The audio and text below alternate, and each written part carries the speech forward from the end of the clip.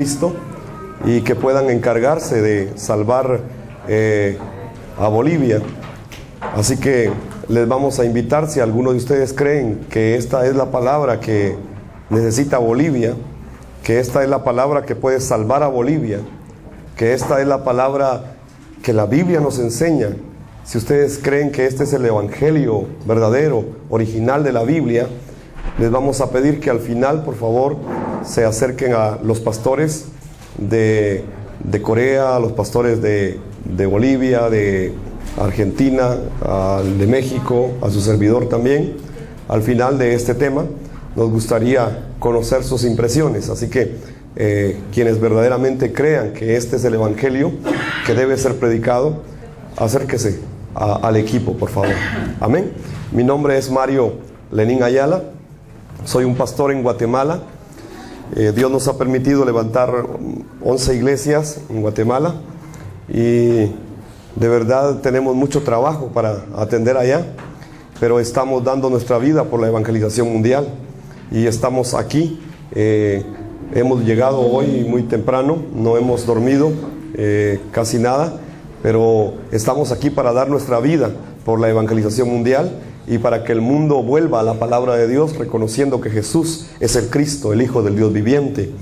Así que es un gozo verdadero compartir con ustedes esta tarde la palabra del Señor, y mi único anhelo es que ustedes puedan ser edificados con esta palabra, pero más que eso, que puedan verdaderamente recibir la revelación de que Jesús es el Cristo, el Hijo del Dios viviente, y que esta verdad se vuelva algo que transforme sus vidas y transforme la vida de Bolivia también. Voy a tratar de tocar el tema 16. Voy a hablar sobre el pacto, acerca del pacto. Ustedes han escuchado a los hermanos anteriormente que ellos han hablado del pacto, y yo quiero profundizar un poco más en este tiempo acerca de este tema. Solo tengo esta oportunidad de estar con ustedes, tal vez nunca más los vuelva a ver, tal vez sí, Dios sabe, pero de verdad, con todo mi corazón quiero pedirle que ponga toda su atención. El tiempo es muy valioso y es muy corto, y yo he venido desde Guatemala dando mi vida y mi tiempo para que usted reciba esta palabra. Así que le voy a pedir que con todo mi amor, que por favor abra su espíritu a esta palabra y póngale toda la atención a esta palabra, y después ore sobre ella. Y si usted cree que esta es la palabra que debemos predicar, pues acérquesenos después del tema. Yo salgo mañana temprano para mi país o solo me van a ver hoy, así que quiero aprovechar al máximo este tiempo. Quiero empezar diciendo que el problema fundamental de toda la humanidad es uno, y es que están separados de Dios, ¿verdad? Ustedes han escuchado que la Biblia nos habla de ese problema espiritual, y es que este problema es un problema eterno, porque si no lo resolvemos nos lleva a la perdición eterna. Entonces la iglesia de hoy está enfocada en cosas terrenales, pero no está resolviendo el problema eterno, no está resolviendo el problema espiritual. Y esto es porque no ha entendido cuál es el mensaje central de toda la Biblia. Y entonces, cuando no se entiende el mensaje central de toda la Biblia, no se puede resolver el problema espiritual, pero tampoco se puede resolver el problema personal, y tampoco se podrá resolver el problema generacional. Así que debemos entender muy claramente el problema espiritual o eterno que toda la humanidad tiene. Brevemente voy a resumirle. Génesis capítulo número 3. Por favor, abra su Biblia. Usted tiene su Biblia, ¿verdad? Si usan Biblia los cristianos aquí en Bolivia, en Tarija, ¿verdad? Es que allá en algunos lugares yo he visto que ya no la usan. Entonces yo les digo, abran su Biblia o enciendan su Biblia, ¿ya? Así que pueden encender su Biblia también. Se vale, lo importante es leer su Biblia, ¿ya? Amén. Ya tiene su Biblia, ¿verdad? Entonces quiero que la levante, por favor, quiero verla. Diga conmigo, esta es la Biblia, la palabra de Dios, la palabra del pacto, y fue escrita para que yo crea que Jesús es el Cristo. Amén. Génesis 3. Y entonces quiero rápidamente explicarle el problema espiritual.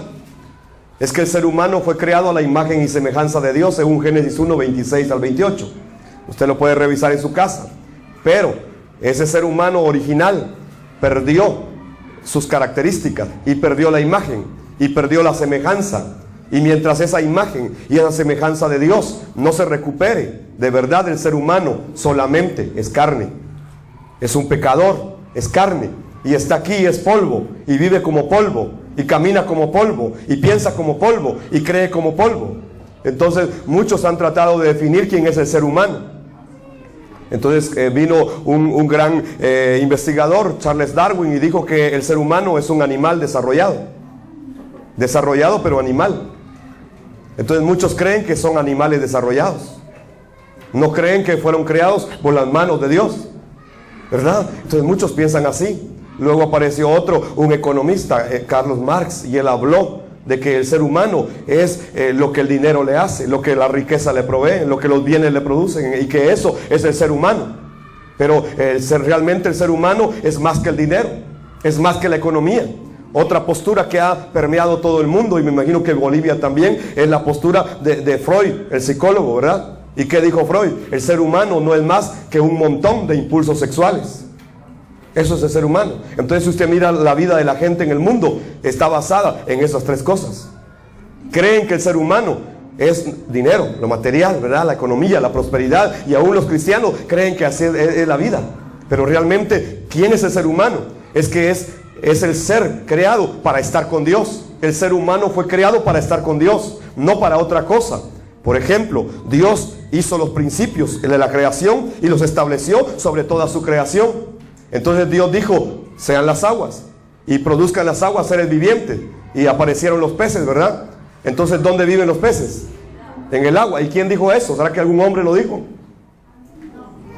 ¿Algún científico inventó que los peces deben vivir en el agua, o fue Dios? Fue Dios, ¿verdad? Entonces fue Dios el que puso el principio de que el pez vive en el agua. Y entonces dijo Dios, sea la tierra, y fue la tierra, y produzca la tierra plantas, ¿ya? Y produjo la tierra plantas. ¿Y dónde viven las plantas? En la tierra. ¿Y quién dijo eso? Fue Dios. Entonces también Dios dijo, hagamos al hombre a nuestra imagen y semejanza. ¿Sí? ¿Y dónde debe vivir el hombre? Con Dios. Es que el hombre fue creado para estar con Dios, para adorar a Dios, para darle el culto a Dios. Pero cuando el hombre se separa de Dios, ¿qué pasa? ¿Qué le pasa al pez cuando sale del agua? Tiene problemas y empieza a morir lentamente, ¿verdad? Pero si usted tiene un pez y le hace una bonita pecera y manda a comprar oro a Oruro y plata a Oruro y le hace una bonita pecera de oro y de plata y mete al pez ahí, pero no le pone agua, ¿qué le pasa al pez? Entonces usted viene y dice, tal vez le falta comida, y le pone toda la comida que va a necesitar ese pez, y le da toda la comida que puede necesitar en la vida ese pez, y le pone ahí, y la pone en la pecera, y entonces dice, a ver qué pasa con el pez. ¿Qué le pasa al pez? ¿Y qué le falta al pez entonces? ¿Qué le falta al pez? Agua. Pero si tiene una buena pecera, si tiene una bonita casa, si tiene todo lo que necesita para vivir, si tiene todo lo material para comer, ¿qué le falta? Le falta lo más importante. El ser humano fue creado para estar con Dios. Y cuando está fuera de Dios, ¿qué le pasa? ¿Qué necesita el ser humano cuando está separado de Dios? ¿Qué necesita hacer? Volver inmediatamente a Dios. Igual el pez, ¿qué necesita volver a hacer para recuperar la vida? Es volver al agua. El ser humano necesita volver a Dios. Por eso Jesús en Juan 15:5 le dijo a sus discípulos, yo soy la vid, ustedes son los pámpanos, separados de mí. ¿Qué les dijo? ¿Separados de mí? Es que el ser humano separado de Dios no es que pueda hacer algunas cosas. Es que yo medio puedo hacer esto, yo puedo hacer aquello, o no puedo hacer. No, es que separados de Dios nada podéis hacer. Nada podéis hacer. Nos volvemos inútiles cuando estamos separados de Dios. Así es el ser humano, separado de Dios. Y este es el problema espiritual. Entonces Génesis capítulo 3, versículo número 1. Quiero que lo lea, por favor, ahí en su Biblia. Voy a contar a 3 y usted lo lee rápidamente. 1, 2 y 3.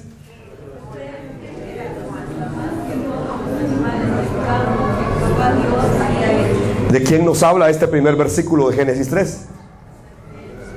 ¿De quién nos habla? Percátese bien, asegúrese bien, vea de quién nos habla. Nos habla de Satanás, ¿verdad? Entonces el primer problema que el ser humano tiene es que Satanás existe, y el ser humano por sí mismo no lo puede derrotar hasta el día de hoy. Y hasta el día de hoy Satanás sigue destruyendo a la iglesia. sigue destruyendo a la familia, sigue destruyendo a la persona, sigue destruyendo sociedades, sigue destruyendo naciones y sigue destruyendo al mundo. Es porque el ser humano no ha podido derrotar a Satanás. Ese es el primer punto. Segundo, Génesis 3, versículos 6 y 7. Quiero que lo lea, por favor. Voy a contar a 3 igualmente. 1, 2 y 3. ¿Qué dice?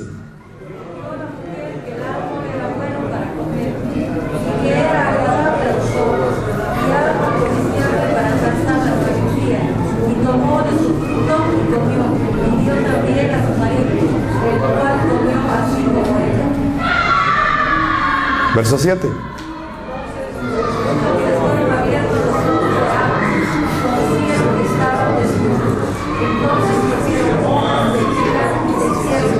¿Y de qué nos hablan estos dos versículos? Nos hablan del segundo punto del problema espiritual. Es que el pecado entró a la raza humana.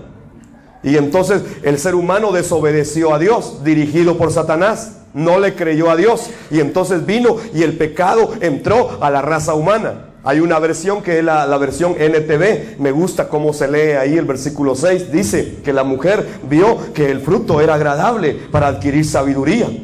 Y entonces tomó del fruto y le dio un poco a su marido. Entonces yo pregunto, ¿para qué quería la mujer sabiduría? ¿Para qué cree usted que quería la mujer sabiduría? Las mujeres de plano lo saben, porque está en su naturaleza. ¿Para qué querría la mujer sabiduría? ¿Y por qué dice, y le dio un poco a su marido? Es que ¿por qué no le dio todo? Le dio solo un poco. ¿Por qué cree usted que le dio solo un poco? ¿Y por qué Dios le dijo después a la mujer, tu deseo será para tu marido? Lo que tú querías, lo tendrá tu marido. Y él se va a enseñorear de ti, le dijo. Grave el problema, ¿verdad? Parece que es el problema del matrimonio hasta hoy. Es que el problema del pecado todavía hasta el día de hoy sigue destruyendo familias. El problema del pecado hasta el día de hoy sigue destruyendo personas. El problema del pecado hasta el día de hoy sigue destruyendo a ministros. El pecado destruye iglesia, destruye congregaciones, destruye naciones, destruye sociedades, destruye familia. Así es el pecado. Y ese es el segundo punto del problema espiritual. El pecado existe y el ser humano por sí mismo no lo puede perdonar. ¿O usted puede perdonar el pecado original? ¿Verdad que no? Pastor, no me mire así. Yo soy pastor también. Y yo soy pastor y no puedo perdonar el pecado original. ¿De verdad la Biblia dice que yo no puedo? Tercer punto del problema espiritual. Génesis capítulo 3, versículo 23 y 24. Quiero que lo lea, por favor. Voy a contar a 3. 1, 2 y 3.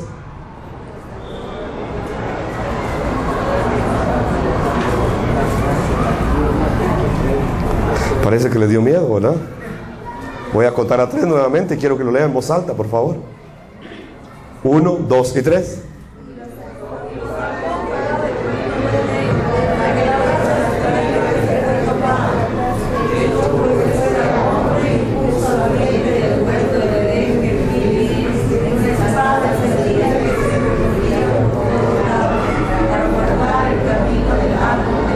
Este es el tercer punto del problema espiritual. Es que el ser humano tuvo que ser separado de Dios. Es que Dios es santo y ya no podía estar con el ser humano que se volvió pecador.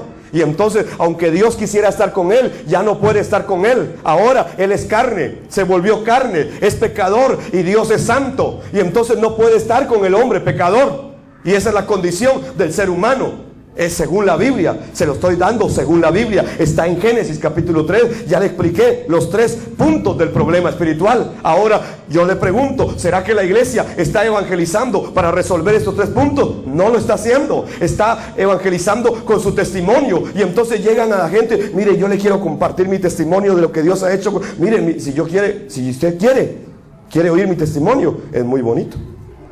Pero invíteme a un té de coca y lo comparto. Sí, se lo comparto. Y tal vez lo haga llorar. Pero le aseguro algo, no lo puede salvar. Mi testimonio no salva. Mi testimonio no me acerca a Dios. No. Y la iglesia de hoy está evangelizando con su testimonio. Y eso es un error. porque no están resolviendo ninguno de estos 3 puntos del problema espiritual. Y entonces la gente, aunque va a una iglesia, es gente religiosa, pero no salva. Es más, yo les pregunto a ustedes, ¿qué es la salvación? Ustedes ya son salvos, ¿verdad? Hay 2 que dijeron amén. Qué bueno, gloria a Dios, aquí hay 2 salvos ya. Gloria al Señor. Y es que esta pregunta yo la hago siempre, y de verdad siempre la mayoría se queda pensando, ¿seré o no seré, Señor? Pero le voy a dar una segunda oportunidad. Usted ya es salvo, ¿verdad? Ay, ahora ya hay varios salvos aquí, qué bueno, que vieron, ya me puedo ir, ¿verdad? Ya se salvaron, gloria a Dios. Ahora el punto es, entonces, ¿qué es la salvación? ¿Será que es seguir una religión? ¿Será que es porque yo estoy en determinada denominación o iglesia, entonces soy salvo? ¿Será que es porque tengo un pastor que predica muy bonito? ¿Será que es porque yo ayuno mucho? ¿O porque oro mucho? Parece que algunos creen eso, ¿verdad? Entonces, ¿qué es la salvación? Es que la salvación es haber resuelto esos 3 puntos del problema espiritual. Ser salvo significa que Satanás ya no controla mi vida. Ser salvo significa que mi pecado ya fue resuelto. Ser salvo significa que yo ya no estoy separado de Dios, sino que Dios ya está conmigo, porque yo ya tengo al Espíritu Santo en mi vida. ¿Cuántos de ustedes tienen al Espíritu Santo en su vida? Y Él es Dios, ¿verdad? Ah, ¿no lo creen? Les voy a decir que la Biblia dice que el Espíritu Santo es Dios. Entonces el Espíritu Santo es Dios, ¿verdad? Y ya está con ustedes, ¿verdad? Entonces, ¿quién está con ustedes? Entonces, si usted tiene un problema aquí, ¿quién está con usted? Y si tiene otro problema acá, ¿quién está con usted? Y si se le vienen 50 problemas encima, ¿quién está con usted? Entonces, ¿cuál es el problema? Es que si Dios ya está conmigo. Ay, no, ustedes de los que dicen, pues, si Dios está conmigo, ¿quién contra mí? Aunque lo dice, no lo cree. No me diga amén. Yo ya lo sé. Entonces, ¿por qué? Porque no hemos resuelto el problema espiritual. Entonces mucha gente va a las iglesias, pero no entiende lo que es la salvación. Entonces Satanás, aunque van a las iglesias, todavía los siguen controlando. Y entonces van a las iglesias y solo le van a dar problemas a los pastores. Y Satanás los sigue controlando. Y ellos dicen que son creyentes, pero de verdad Satanás los sigue controlando. Es que no han entendido qué es la salvación. Es que si yo ya soy salvo, yo ya soy libre de la opresión de Satanás. Ya no me dirige Satanás, me dirige el Espíritu Santo, que es Dios que está conmigo. Entonces, cuando yo entiendo eso, es que soy salvo. Cuando yo creo eso, es que soy salvo. Entonces, también mi pecado ya se resolvió. Hay gente que vive atada al pecado y vive atada al pasado. Y vive hoy el presente de una manera de verdad muy miserable. ¿Y por qué? Porque no han resuelto el problema del pecado. Pero Hebreos 9 y Hebreos 10 dice que Cristo ya vino a resolver mi pecado de una sola vez, eternamente y perfectamente, dice Él. Así que mi pecado ya fue resuelto. Y tercero, Jesús dijo: yo soy el camino, yo soy la verdad y yo soy la vida. Y nadie viene al Padre si no es por medio de mí. Así que Él ya abrió también el camino para que yo esté con Dios. Si yo tengo a Cristo, estoy con Dios. El Espíritu Santo está conmigo y el Padre está conmigo. Pero si yo no tengo a Cristo, el Padre no está conmigo. Segunda de Juan lo dice. Segunda de Juan 9 lo dice. Segunda de Juan 9 lo dice, que el que se desvía de la doctrina de Cristo, el Padre no está con él. Entonces, si yo no tengo a Cristo, el Padre no está conmigo. Y si yo no tengo a Cristo, la obra del Espíritu Santo tampoco sucede en mi vida. Por eso estamos enfatizando que Jesús es el Cristo. Pero hoy la iglesia está predicando de la unción, del poder, de los milagros, de los dones, de la sanidad, de esto, de lo otro, del coach, de esto, de acá, allá, está, y un montón de temas. Pero no predican el evangelio de la Biblia. Se han olvidado del Cristo. Iglesia, ¿quién te enseñó a errar? ¿Dónde perdiste al Cristo? ¿Dónde lo perdiste? Venga al gran evento, seminario, 7 pasos para ser próspero. Y se llena, ¿verdad?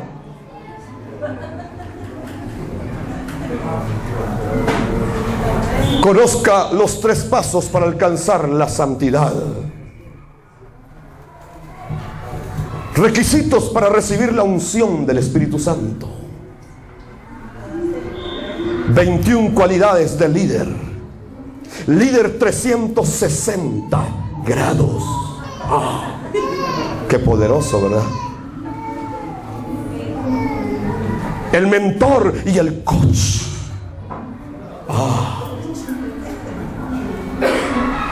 ¿Dónde está Cristo? ¿Dónde está Cristo? ¿Dónde lo perdimos? Estamos siendo entretenidos y los pastores nos hemos vuelto los mejores entretenedores de la iglesia. Conocimos a un pastor nicaragüense que nos dijo: fíjense, hermanos, que de verdad, mientras yo no había entendido esta verdad de la Biblia, ya se me habían agotado todos los temas. Ya no hallaba yo de qué predicar. Entonces me puse a predicar del chisme, dice. Cómo ser un mejor chismoso. Me puse a predicar el chisme porque ya no tenía temas de qué predicar. Pero cuando te encuentras con esta verdad, la palabra del pacto, encuentras que de verdad el tema central de toda tu vida y de todo el ministerio es uno solo. Jesús es el Cristo, el que vino a resolver el problema de Satanás, el problema del pecado y el problema de la separación del hombre con Dios. Y solo a través del sacrificio del Cristo se resuelve el problema espiritual. No se resuelve de otra manera. No es con alguna liturgia, no es con alguna forma, no es con un sacrificio, no es con oración solamente, no es con ayuno. Hermano, no es subir al monte y tomar el monte y hacer declaraciones en el monte. De verdad, la iglesia ha hecho eso y eso no es el evangelio. La Biblia dice que Jesús es el Cristo y que esa es la verdad que debe ser predicada en este tiempo en todas las naciones de la tierra. Jesús es el Cristo. Y de verdad yo no he venido a caerle bien a nadie. Porque si yo buscara caerle bien a alguien, dejaría de ser siervo de Cristo, dice Pablo. Así que le he venido a proclamar la verdad de la Biblia. Jesús es el Cristo. Y que debemos volver a esa verdad. Entonces, allí mismo en Génesis 3, se establece el pacto. Allí mismo, cuando el ser humano quedó totalmente separado de Dios, inútil, incapaz, nada podéis hacer. Nada podéis hacer. Entender esa condición del ser humano es importante, porque hoy los ministros quieren tener títulos, quieren tener cargos, posiciones, y entonces creen que eso es.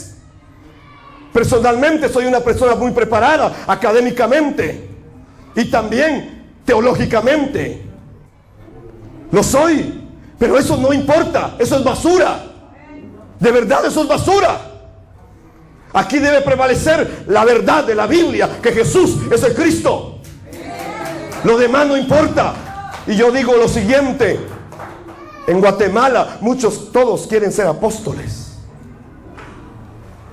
Entonces se dio la apostolitis. Entonces todos andan buscando quién los reconoce como apóstol o profeta. Y entonces hasta hacen sus tarjetas de presentaciones: pastor, apóstol, profeta, maestro y doctor.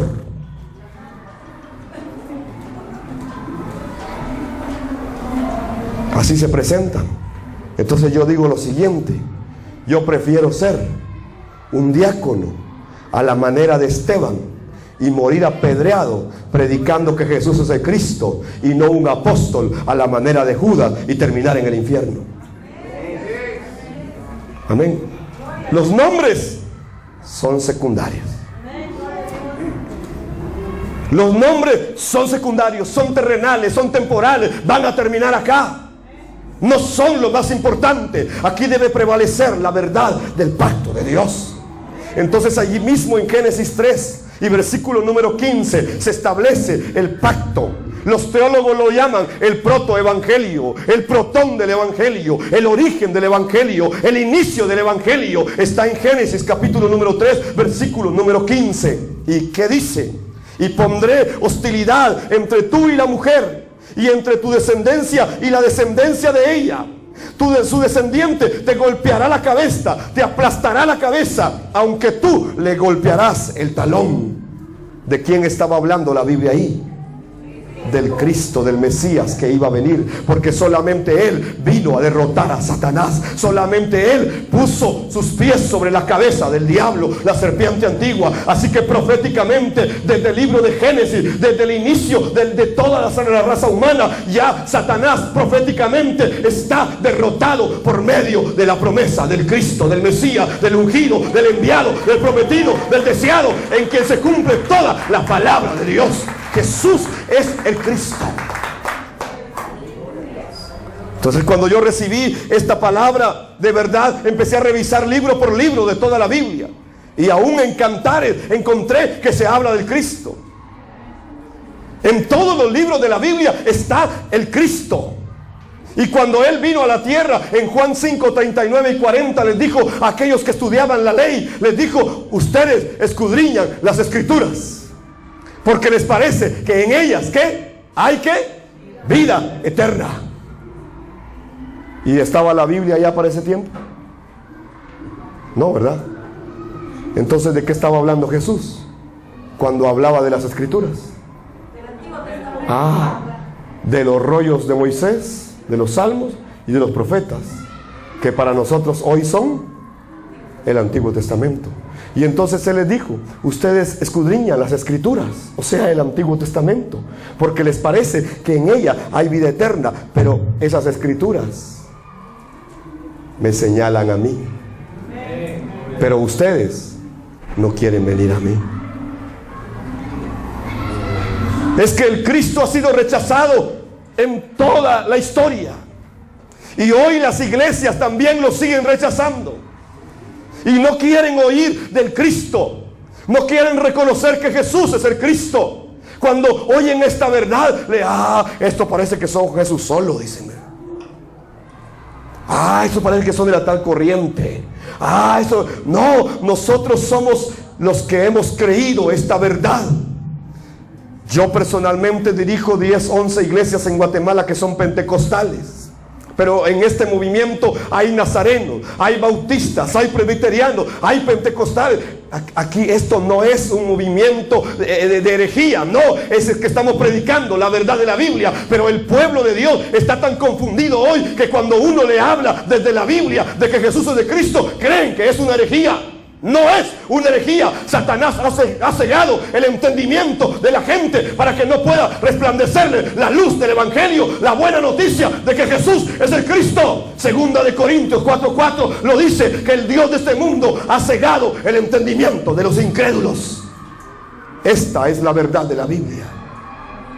Entonces, Dios estableció su pacto desde Génesis 3:15. Dice Deuteronomio capítulo 7 y versículo 9: reconoce por lo tanto que el Señor tu Dios es verdaderamente Dios. Él es Dios fiel, quien cumple su pacto por 1000 generaciones y derrama su amor inagotable sobre quienes lo aman y obedecen sus mandatos. Deuteronomio 7:9. Me gustaría que lo leyeran en su versión. Voy a contar a 3. Deuteronomio 7:9. 1, 2 y 3. Dios fiel, que guarda el pacto y la misericordia de Abraham, guarda sus mandamientos hasta 1000 generaciones. Entonces hay un pacto establecido desde el principio. Es que el Mesías va a venir, y va a venir para resolver el problema espiritual que ningún ser humano puede resolver. Para eso dejó el pacto establecido en el libro de Génesis. Y entonces podemos encontrar en Hechos capítulo 1 y versículo número 8 al 11. Dice: pero recibiréis poder cuando el Espíritu Santo descienda sobre ustedes, y serán mis testigos, y le hablarán a la gente acerca de mí en todas partes, en Jerusalén, Judea, Samaria y hasta los lugares más lejanos de la tierra. Y después de decir esto, Jesús fue levantado en una nube mientras ellos observaban, hasta que ya no pudieron verlo. Mientras se esforzaban por verlo ascender al cielo, 2 hombres vestidos con túnica blanca de repente se pusieron en medio de ellos. Hombres de Galilea, hombres de Tarija, les dijeron: ¿por qué están aquí parados mirando al cielo? Jesús fue tomado de entre ustedes y llevado al cielo, pero un día volverá del cielo de la misma manera en que lo vieron irse. Cristo viene nuevamente. Cristo viene nuevamente. Hay una promesa para el pueblo de Dios que cree esta verdad de la Biblia. Entonces en el aposento alto se derramó nuevamente la promesa, se derramó nuevamente el pacto. ¿Para qué vino el Espíritu Santo? Para que tembláramos y cayéramos y nos levantáramos y nuestra vida sin cambiar. ¿Será que para eso vino el Espíritu Santo? Yo he visto miles de gente caer y levantarse y su vida sigue siendo una desgracia.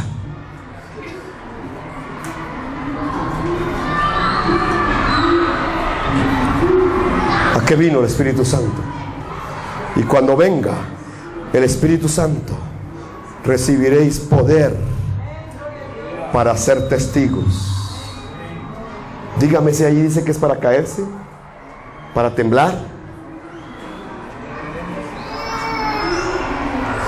para que puedan ser testigos. La iglesia hoy está equivocada. Quiere el poder del Espíritu Santo, pero para otras cosas, pero no para ser testigos de que Jesús es el Cristo. Entonces, Dios es un Dios de pactos. Y en realidad Dios ha establecido pactos con su creación. Y siempre lo ha hecho. Lamentablemente hoy se está enseñando mal acerca del pacto. Se le dice a los cristianos: pacte con Dios. Traiga su dinerito, mejor si es bastantito, y pacte con Dios. Y verá que Dios le va a responder. Es que yo soy carne, es que yo soy ser humano separado de Dios sin la gracia de Cristo. Entonces yo no puedo pactar con Dios. Es que yo fallo, soy fallón, soy inútil, soy malo, soy un desgraciado, dice Pablo, miserable de mí. ¿Será que yo puedo? Ay, Señor, voy a hacer un pacto contigo. Yo no puedo pactar con Dios. Es que el que establece el pacto es Dios. ¿Por qué? Porque Él sí es fiel. Nosotros fallamos.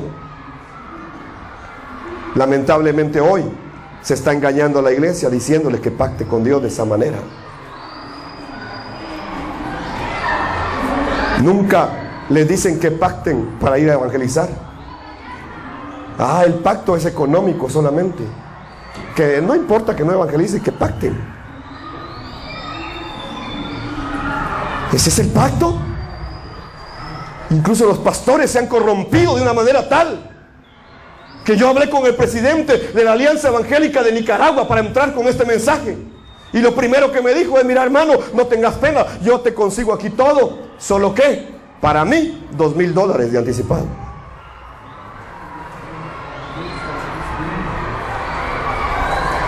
Es que de verdad, hasta los ministerios se han corrompido de esa manera, porque hemos perdido la verdad del pacto. Dios es el que estableció su pacto y ha dejado la Biblia como la palabra de su pacto. Desde el principio de la creación, Dios le ha dado pactos al ser humano para que los guarde. Es Dios quien los da, porque ese es su método. Dios es un Dios de pactos. Entonces Él se relaciona por medio de pactos. Él es el Dios del pacto. Los seres humanos no podemos hacer pacto con Dios porque fallamos. Pero Dios sí puede hacer pacto con nosotros porque Él no falla jamás. Dice Santiago capítulo 1 versículo 17: todo lo que es bueno y perfecto es un regalo que desciende a nosotros de parte de nuestro Dios, el Padre, quien creó todas las luces de los cielos. Él nunca cambia, nunca varía, como una sombra en movimiento. Él es Dios, Él es fiel, aunque nosotros no lo seamos. Amén. Parece que estoy rompiendo cabezas esta tarde.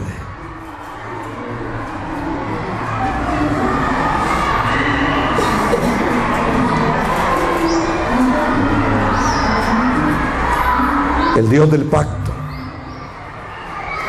El método de Dios para relacionarse con su creación ha sido y es y seguirá siendo el pacto. Desde Génesis 1 observamos que Dios tiene un método o un camino a seguir con su creación.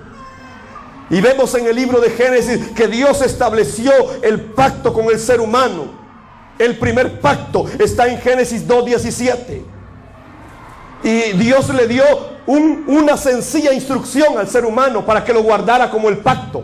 Es que no estaban las escrituras, es que no estaba la Biblia. Entonces Dios le dio una sencilla instrucción, una sencilla palabra al ser humano para que la guardara y la cumpliera. Y Génesis 2:17 dice: excepto del árbol del conocimiento del bien y del mal, si comes de su fruto, sin duda morirás, morirás. Ese era el pacto. ¿Qué tenía que hacer el ser humano originalmente? Guardar esta palabra, creer esta palabra, vivir por esta palabra. Era el pacto de las obras, era el pacto de la obediencia. Si obedeces, entonces todas mis obras serán para que tú disfrutes de ellas. El ser humano lo tenía todo. Lo tenía todo cuando estaba con Dios y guardaba el pacto. Y mientras guardó el pacto, el ser humano no tuvo ningún problema. No tuvo problema económico, no tuvo problema social, ni familiar, ni de ningún tipo. El ser humano vivía con Dios y Dios estaba con él. Así que disfrutaba de obedecer el pacto solamente. ¿Cuál fue el problema? Que el ser humano desobedeció el pacto. Y el pacto es la palabra de Dios. ¿Y quién es la palabra? ¿Quién es el verbo? Entonces, ¿a quién menospreciaron? Entonces, desde el principio el ser humano perdió a Cristo, perdió la palabra del pacto, perdió al verbo y quedó desconectado de Dios, separado de Dios. Si el ser humano obedecía este pacto, esta palabra de pacto, entonces lo tenía todo, no tenía ningún problema, porque estaba bajo el pacto de Dios. Y lo único que debía de hacer es obedecer la palabra del pacto. Este es el camino o el método que Dios le dio para que pudiera tener vida eterna. Solo tenía que obedecer este pacto, esta palabra del pacto, la palabra de Dios, el verbo. Solo tenía que vivir aferrado al verbo que es Cristo, a la palabra, al logos que es Cristo, como dice Juan capítulo 1. Pero lo perdieron. Yo lo digo jocosamente, el ser humano no tenía ningún problema. Adán y Eva ni suegra tuvieron, vivían felices. No había ningún problema. Entonces, el ser humano no guardó este pacto, sino que desobedeció la palabra del pacto. Y como consecuencia, vinieron todos los problemas en su vida.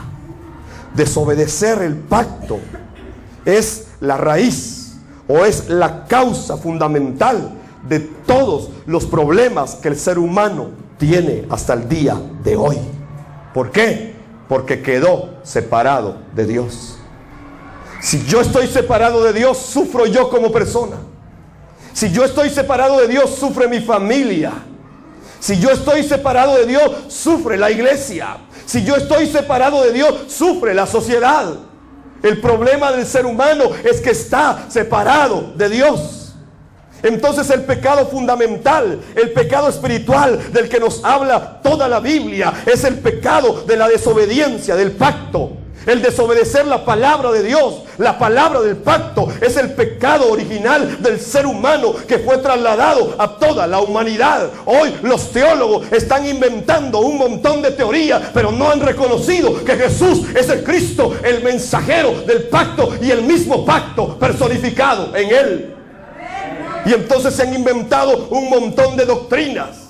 La teología sistemática nos ha dicho que después de esto viene lo otro y después lo otro viene lo otro. Pero ¿dónde está el Cristo? revise la teología sistemática, revise cualquier teología y se dará cuenta que no reconoce a Jesús como el Cristo. Es que Dios no nos dio su pacto o su palabra para que nos volviéramos teólogos e inventáramos nuestros argumentos. No, Dios nos dio su pacto, nos dio su palabra simplemente para que creyéramos y nos aferráramos a ella. Y en el momento que yo vengo y antepongo mis pensamientos al pacto, en el momento que yo vengo y antepongo mis juicios al pacto, en el momento que yo vengo y antepongo mis argumentos y mis criterios y mi filosofía y mi conocimiento humano al pacto que es la palabra de Dios, en ese momento estoy cometiendo nuevamente el pecado original. Aunque predique y aunque vaya a una iglesia, si pierdo esto, si lo cambio por mis pensamientos, vuelvo a cometer el pecado original. Dos cosas han hecho perder el pacto al ser humano. La primera de ellas, la ignorancia. La segunda de ellas, la incredulidad. Eva no conocía bien el pacto, no lo conocía a profundidad. Entonces vino la serpiente y la engañó por ignorar el pacto. Adán conocía bien el pacto, pero no lo pudo creer. Y entonces también cayó en incredulidad. La ignorancia y la incredulidad nos hacen perder el pacto. Nosotros decimos que somos cristianos, decimos que creemos la Biblia, pero de verdad, cuando tenemos que aferrarnos con fe a esta palabra, no lo hacemos. Dice el libro de Oseas, capítulo número 4, y versículo número 6 y 7, el versículo 6 específicamente: mi pueblo perece por falta de... Y eso es ignorancia. Y ustedes, mis sacerdotes, que no quieren creerme, que no quieren creer en mí, yo tampoco me acordaré de ustedes y me olvidaré de sus hijos y no los bendeciré. Ignorancia, incredulidad. Envía fuego, fuego, fuego, pero ignorantes del pacto. Quiero más, quiero más, quiero más, pero incrédulos del pacto.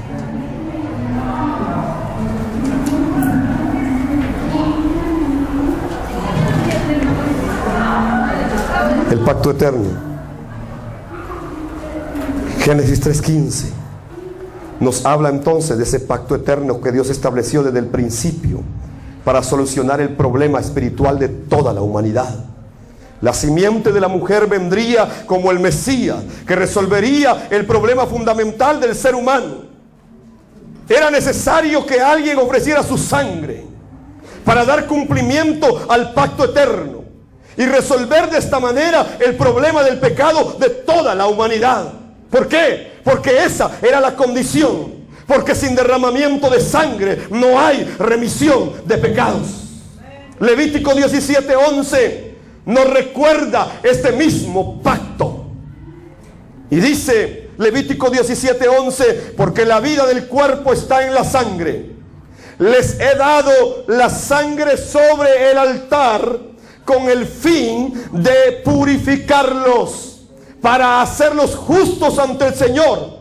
Es la sangre dada a cambio de una vida la que hace posible la purificación. Es la sangre. No son actos humanos. Es la sangre. Ese es el pacto. No es otra cosa. ¿Por qué Caín fue rechazado de la presencia de Dios y su ofrenda? Es que este pacto estaba establecido. Dios desde el principio derramó sangre de animales inocentes, sin culpa, para cubrir la desnudez de Adán y Eva. Y dejó establecido el pacto para para derramar la sangre, y que a través del derramamiento de la sangre el pacto se recuperaba y se cumplía. Entonces Caín vino y tenía que llevar sangre al altar, pero él era agricultor y dijo: no, a mí no me importa lo que Dios haya dicho, no me interesa lo que Dios haya dicho, yo voy a llevar lo mejor de mis frutos, lo mejor de mis dones, lo mejor que yo he logrado, mis logros más grandes, yo los voy a presentar a Dios y Él se tiene que agradar de mí.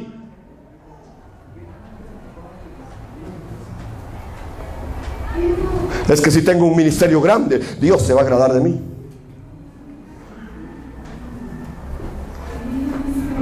Y entonces Caín llevó lo que él pensó, lo que él quiso, lo que él creyó, sin tomar en cuenta el pacto.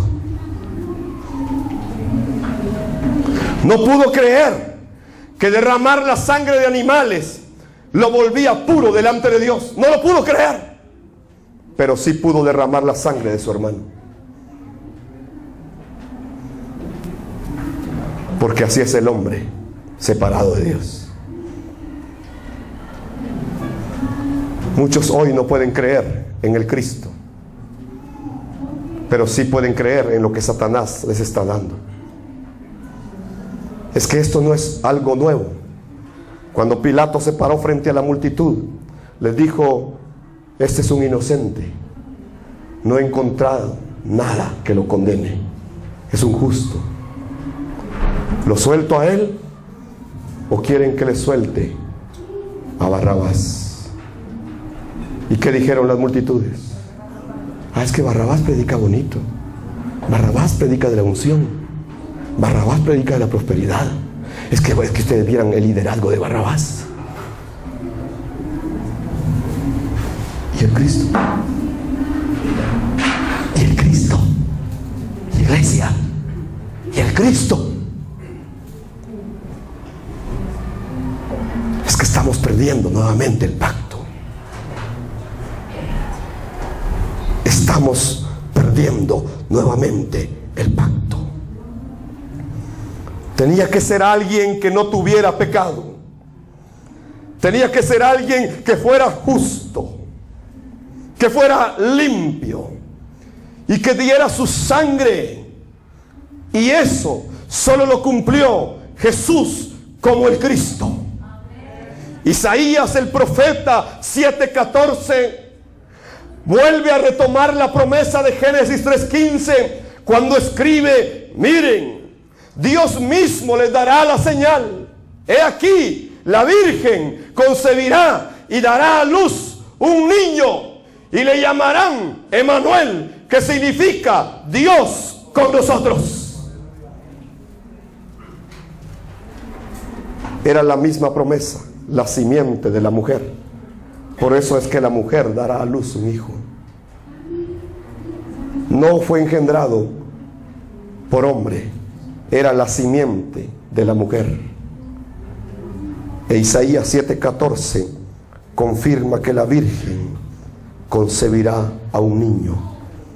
Jesús vino a la tierra como el justo, como el inocente, sin pecado, nacido de Dios, y ofreció su vida, derramó su sangre para cumplir la obra del Cristo y traer de esa manera el cumplimiento del pacto eterno establecido por Dios desde el principio. Y Pedro lo reconoció como el Cristo. Mateo 16:16, Simón Pedro contestó: tú eres el Cristo, el Hijo del Dios viviente. Y él le dijo: bienaventurado eres Simón, hijo de Juan, porque esto no te lo reveló carne ni sangre, sino mi Padre que está en el cielo. Entender y creer que Jesús es el Cristo tiene que ser una revelación para tu vida. Si no, podrás haber asistido a un bonito seminario de 2 días nuevamente. Oro para que se te revele que Jesús es el Cristo y que te puedas aferrar a esta palabra. Cuando yo entendí esta palabra, se quebraron mis argumentos teológicos, denominacionales, pastorales, ministeriales, donales, de todo lo que usted quiera.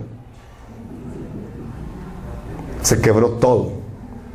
Y entonces yo dije, solo tengo dos opciones: o me aferro al Cristo o sigo engañado.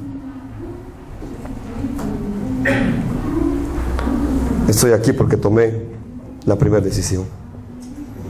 Entonces, esta revelación de que Jesús es el Cristo, el que trajo el cumplimiento del pacto eterno de Dios para restaurar a la humanidad del pecado de Génesis 3, este es el núcleo, es lo más importante, es lo fundamental tanto del Antiguo como del Nuevo Testamento. Este es el mensaje de toda la Biblia. Aún aquellos sabios de Oriente que llegaron a reconocerlo como el Hijo de Dios, le llevaron regalos: oro, incienso y mirra. ¿Y por qué esos tres regalos? A ver, pastores, teólogos, doctorados, pregunto, ¿por qué esos tres regalos? ¿Por qué no le llevaron camellos? ¿Por qué oro, incienso y mirra? Es que los sabios de Oriente habían tenido la revelación que Él era el Cristo. Y entonces reconocieron con oro al verdadero rey. Reconocieron con incienso al verdadero sacerdote. Y reconocieron con mirra al verdadero profeta de Dios. Jesús es el Cristo, verdadero rey, verdadero sacerdote y verdadero profeta de Dios. ¿Por qué rey? Porque solo Él venció a Satanás. ¿Por qué sacerdote? Porque solo Él perdonó el pecado de una sola vez, eternamente y perfectamente. ¿Y por qué profeta? Porque solamente Él abrió el camino para que regresáramos a Dios, y nos dice ahora cuál es el camino que Dios nos ha indicado. Amén. Entonces, voy al punto 3, el pacto histórico. Dios estableció, según su método hacia su creación, un pacto en la historia de toda la humanidad. El pacto eterno fue establecido dentro de la historia de la humanidad. Es decir, que ese pacto eterno se metió en la historia de la humanidad. Ese pacto eterno es el que ha pasado sobre toda la humanidad. Y los teólogos le han llamado pactos históricos. Pero es el pacto eterno que descendió a toda la humanidad. Así podemos ver en la época de Noé, en Génesis 6, 14 al 22, que se construye un arca para salvar a Noé y a su familia, para que no fueran destruidos por el diluvio. ¿Y a quién representaba el arca de Noé? ¿Quién es el arca? ¿Por medio de quién podemos ser salvos? Es que el arca era Cristo. Y 120 años de predicación. No llovía, pero Noé se aferró al pacto, se aferró a la palabra. Noé, vendrá un diluvio, lo podía creer o no creer, pero él le creyó a Dios, le creyó al pacto, se agarró de la palabra y dijo: yo voy a hacer lo que Dios está diciendo. 120 años de predicación y se salvaron 8. Qué fracaso, ¿verdad? No.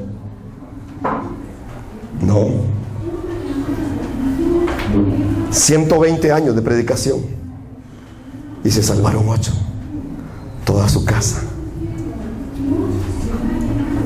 Ojalá tú salves a tu casa, aunque sea. Entonces el arca representaba la figura del Mesías, que vendría a cumplir el pacto eterno de Dios sobre la humanidad.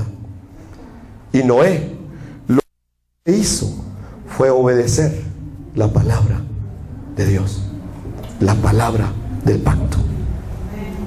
En la época de Moisés, Éxodo capítulo 12 del 1 al 14, Dios le da instrucciones a Moisés para que se sacrifique el cordero de la Pascua, y se establece el pacto del cordero pascual. Y la sangre debe ser rociada en las puertas para que no mueran y puedan ser libres de Egipto. Este pacto representaba al Cordero de Dios que quita el pecado del mundo. Jesús es el Cristo. Noé también lo primero que hizo de salir del arca, si usted revisa, fue derramar sangre, según Levítico 17:11. Y Moisés, ¿qué hace? Derrama la sangre del Cordero de la Pascua en Egipto.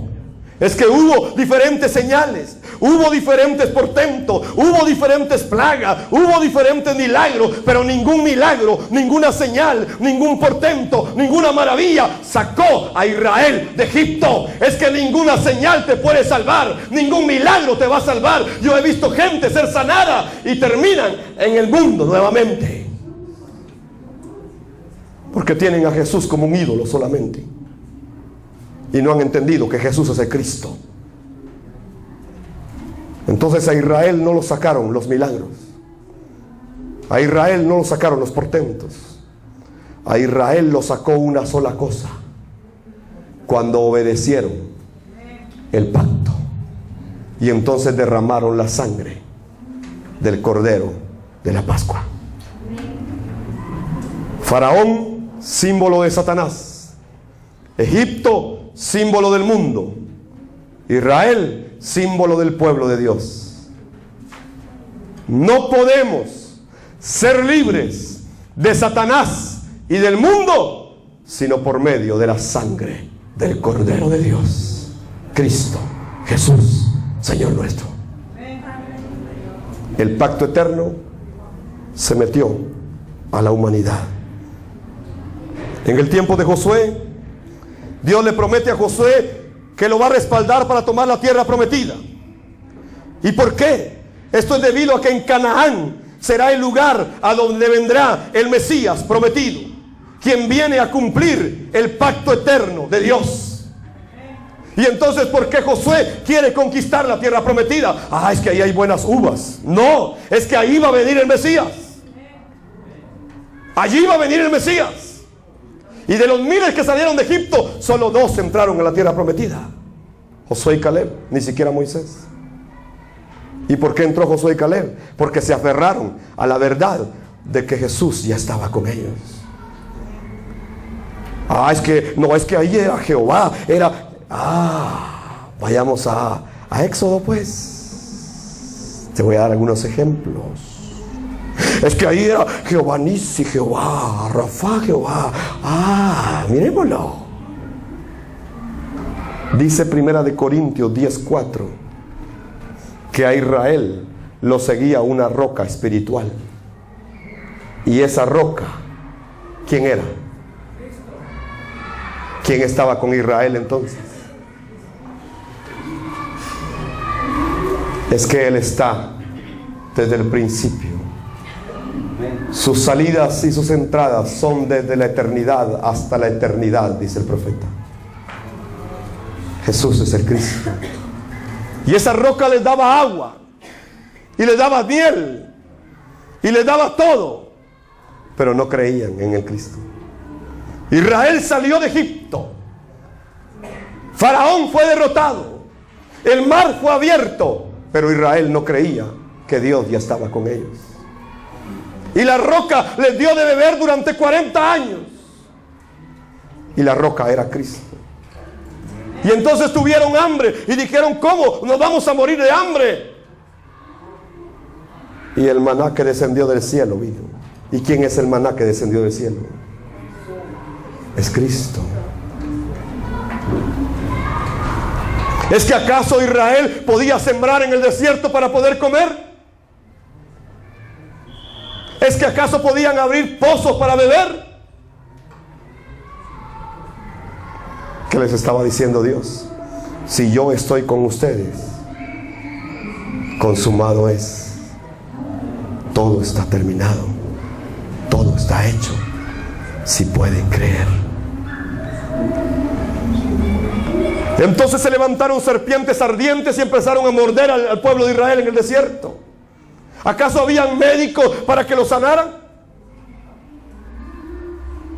Y entonces levanta la serpiente de bronce en el desierto, y todo el que mire a la serpiente será sano. Y Juan dice: así como la serpiente de bronce fue levantada en el desierto, de la misma manera es necesario que el Hijo del Hombre sea levantado para salvación. ¿No estaba el Cristo con ellos?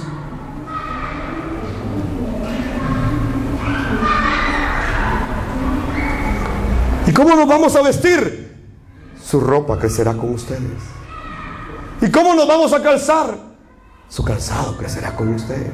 Pero es que en el desierto hay mucho sol. Y les mandó la nube que nos cubre. ¿Y quién es la nube que nos cubre? Cristo. Ah, pero es que en la noche hace mucho frío y no se mira nada. Y les mandó la columna de fuego que les daba calor y los alumbraba. Ni siquiera la energía eléctrica pagaban los ingratos. Y aún así no creyeron que Jesús, el Cristo, ya estaba con ellos. Perder el pacto es perder lo más importante de nuestra vida. Y en todo el Antiguo Testamento podemos encontrar cómo Dios guió la historia de su pueblo al cumplimiento del pacto eterno. Y se evidencia esto en la historia de Israel, tanto en la ley de Moisés, en los salmos, en los profetas, el anunciamiento de la llegada del Mesías, el Cristo que vendría a resolver el problema de toda la humanidad. Antes de la venida del Espíritu Santo, en el Nuevo Testamento podemos ver también cómo Jesús ordena a sus discípulos esperar la promesa del Padre. En Hechos 1:4, una vez mientras comía con ellos, les ordenó: no se vayan de Jerusalén hasta que el Padre les envíe el regalo que les prometió, tal como les dije antes. Y luego, después de la venida del Espíritu Santo, vemos cómo el pacto eterno empieza a tener cumplimiento a través de la iglesia primitiva. Los apóstoles, los discípulos de Jesús el Cristo, Hechos 1:8, recibirán poder cuando el Espíritu Santo descienda sobre ustedes y serán mis testigos y le hablarán a la gente en Jerusalén, en Judea, en Samaria y hasta los confines de la tierra. Y se reunieron 120 para cumplir el pacto eterno. 120 creyeron que Jesús era el Cristo. ¿Dónde estaban las multitudes que lo seguían? ¿Dónde estaban las multitudes que comían con él? ¿Dónde estaban aquellos 4,000, aquellos 5,000 a los que les multiplicó panes y peces? ¿Dónde estaban? Es que tener una iglesia de multitudes no significa que el Cristo esté allí. Es más, les dijo, después de que regresaron, les dijo: ustedes me buscan, ustedes me siguen, ustedes están conmigo porque les di de hartarle. Pero no han entendido porque yo hago estas señales. ¿Por qué buscamos a Dios? ¿Para tener una mejor vida aquí en la tierra?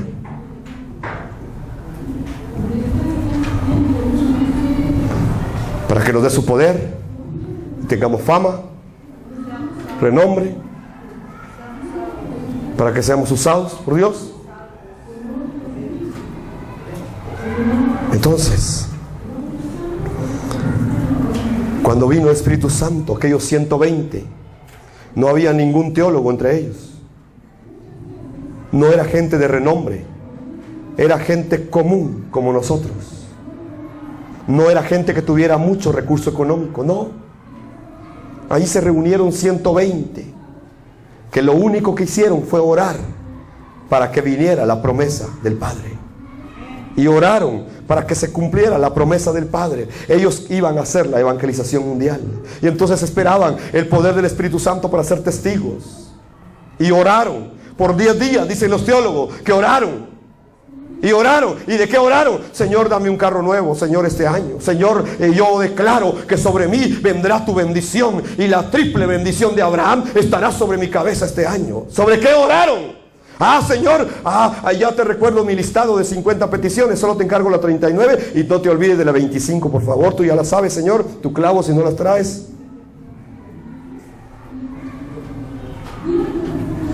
¿Por qué oraron? ¿Oraron para ser sanados? ¿Oraron para tener más dinero? ¿Oraron para crecer en su iglesia? ¿Oraron para que lo llamaran apóstoles? ¿Por qué oraron? Oraron por una sola causa: que suceda la evangelización mundial, que podamos ser testigos de que Jesús es el Cristo. Yo no tengo tanto dinero como para venir a gastar en mi boleto y venir a Bolivia. Todos los que andamos aquí no somos millonarios, pero hemos aprendido que todo nuestro recurso debe estar enfocado en hacer la evangelización mundial. Así que por eso estamos aquí. Y no nos importa no haber dormido toda la noche. Estamos aquí. Y yo mañana vuelo para Guatemala. Y voy a llegar hasta el otro día a las 4 de la tarde a mi país. Y estoy una semana y luego regreso para Venezuela. Pero no nos importa todo eso. Ya no está enfocada nuestra vida en hacer las cosas de esta tierra. No. No. La obra de Dios es la obra de Dios. Y en las 11 iglesias que yo dirijo en Guatemala, ahí Dios se va a encargar mientras yo hago su voluntad sobre la tierra. Entonces estoy dando mi vida por hacer la evangelización mundial. De verdad. Eso es lo que me impulsa únicamente. El pacto eterno. El que debe ser cumplido también en ese tiempo. ¿Cuál es la voluntad de Dios entonces? Juan capítulo 6, verso 38 al 40. Dice que la voluntad de Dios es que la gente sea salva. Para eso vino el Cristo, a cumplir el pacto eterno. Para eso vino. Es que los cristianos dicen, es que yo quiero hacer la voluntad de Dios. Entonces aquí te digo cuál es la voluntad de Dios. Esta es la voluntad de Dios. Hacer la evangelización mundial es la voluntad de Dios. Pero yo sé que algunos tienen otros criterios superiores a la palabra. Entonces no harán la voluntad de Dios. Por eso el Señor mismo dijo: no todo el que me dice Señor, Señor entrará en el reino de mi Padre, sino solamente aquellos que hicieron la voluntad de mi Padre.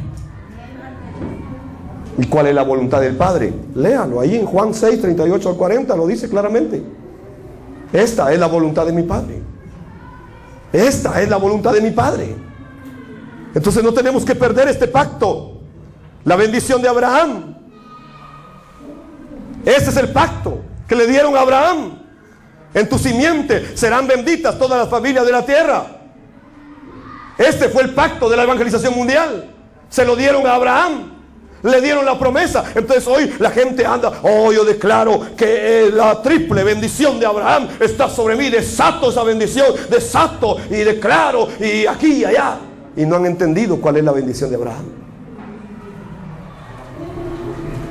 Es que la bendición de Abraham es que en su simiente serían benditas todas las familias de la tierra. ¿Y dónde dice eso, hermano? Gálatas capítulo 3. Gálatas capítulo 3, versículo 8 y 9. Y me gustaría que lo leyeran. Gálatas 3, versos 8 y 9. Y después vamos a leer otros 2 versículos. Pero empecemos con 8 y 9 de Gálatas 3. ¿Está listo? Voy a contar a 3 y por favor léalo en voz alta para que se despierten los que están durmiendo. Gálatas 3, 8 y 9. 1, 2 y 3. ¿Qué dice?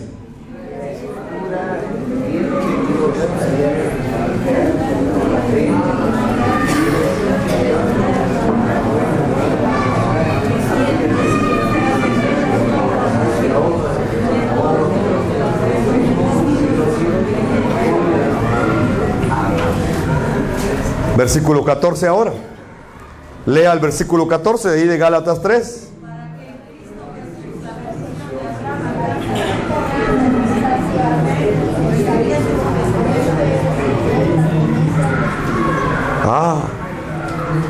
¿Y para qué vino el Espíritu Santo? Para que hiciéramos la evangelización mundial. Gálatas 3:29. ¿Qué dice? Gálatas 3:29.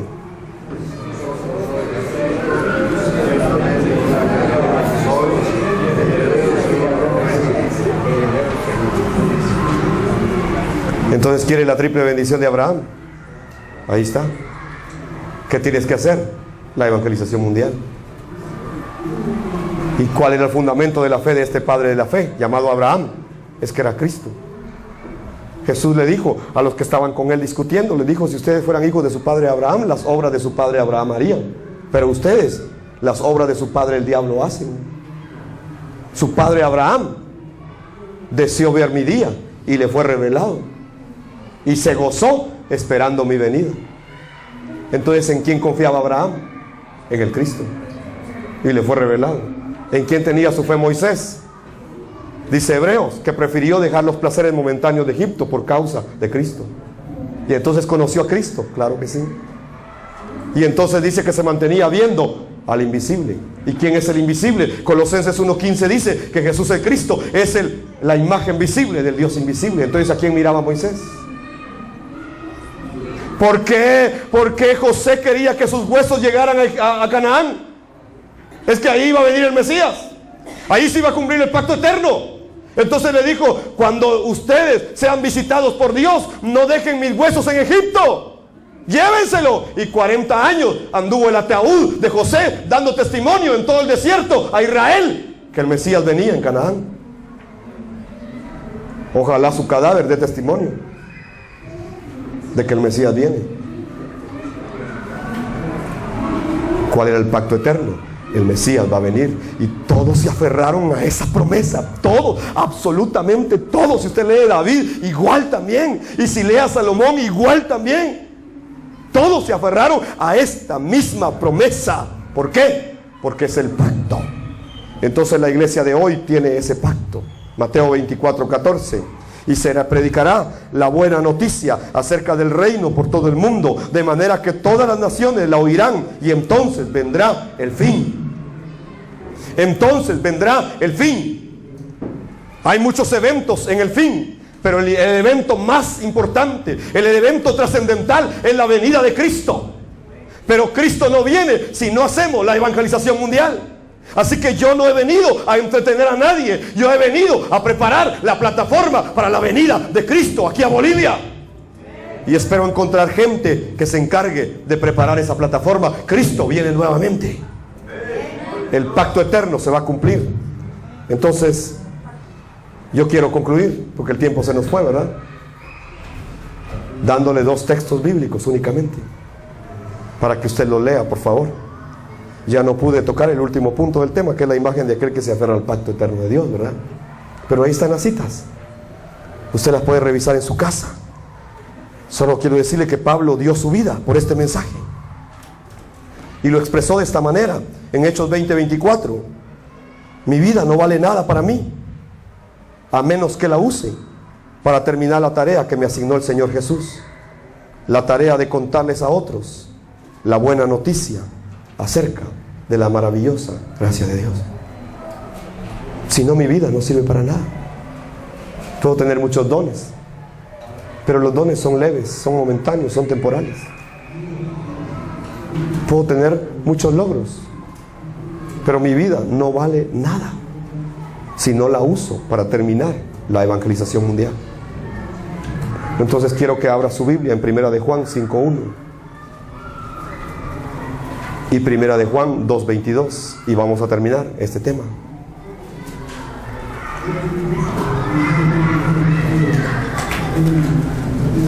Primera de Juan 5:1.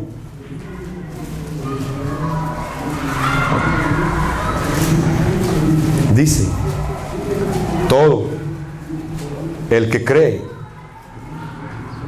que Jesús es el Cristo es nacido de Dios.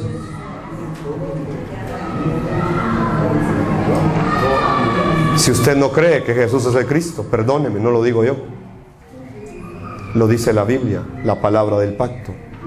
Dice que usted no ha nacido de Dios.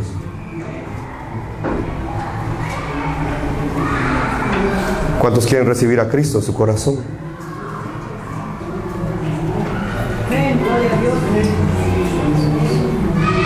Si usted no cree que Jesús es el Cristo, perdóneme,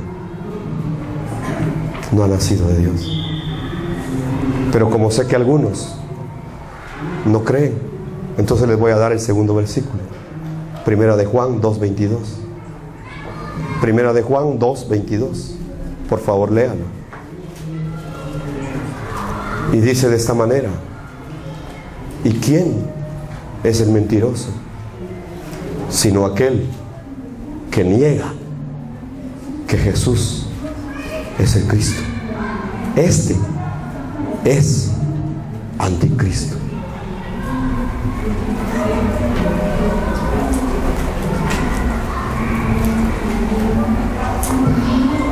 Jesús es el Cristo, el Hijo del Dios viviente.